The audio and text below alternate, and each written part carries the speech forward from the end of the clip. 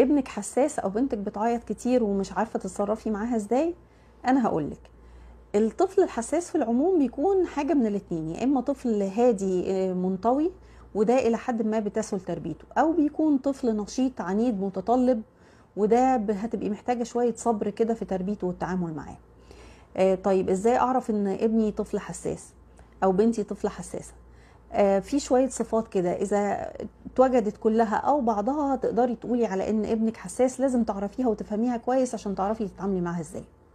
انه يكون طفل منعزل، انه يكون طفل عاطفي ماشي ورا قلبه في قراراته وفي اختياراته، انه يكون طفل بيحب يرضي الاخرين على حساب نفسه، انه يكون طفل ما بيحبش التغيير، لو غيرتي حاجه في اوضته او في ترتيبه او في نظامه يتضايق، انه يكون طفل ما بيحبش السلبيه ولا العنف، انه يكون طفل ما بيحبش الدوشه، اي حاجه دوشه حواليه بتربكه، انه يكون طفل شكاي بكاي ما هو حساس، انه يكون طفل بيحب الحيوانات، انه يكون طفل خجول، انه يكون طفل بيفكر بعمق وبيحلل كل حاجه.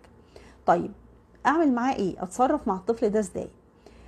اول حاجه لازم تفهمي طبيعه الصفات بتاعته اللي موجوده عنده دي، وما تحاوليش تغيريها. يعني تاني حاجه ما تحاوليش تغيري الصفات دي، لان تغيير الصفات دي هيأثر على نموه سلبا. كمان مهم قوي انك تعرفي انه تديله مساحته ووقته، يعني لو هو منعزل وانطوائي اديله مساحته ووقته. مهم جدا جدا التقدير قدام الناس، قدريه وقدري تصرفاته ومشاعره وافتخري بيه قدام الناس. وأربعة على النقيض، اوعي ابدا تقللي من شأنه قدام الناس او تقولي معلش هو اتصرف كده عشان هو طفل حساس، لان ده هيقلل من تقديره لذاته. طفل شكاي بكاي، فانا لازم هسمعه لما يكون بيعيط او هسمعها لما تكون بتعيط. انا هجيبها واسالها انتي بتعيطي ليه؟ انا هسمعك لما تبطلي عياط. هتبطل عياط هتساليها كنتي بتعيطي ليه؟ هتقولك الاسباب. قولي لها طيب انا اعمل ايه عشان اخليكي مبسوطه، وحاولي تقترحي عليها اقتراحات.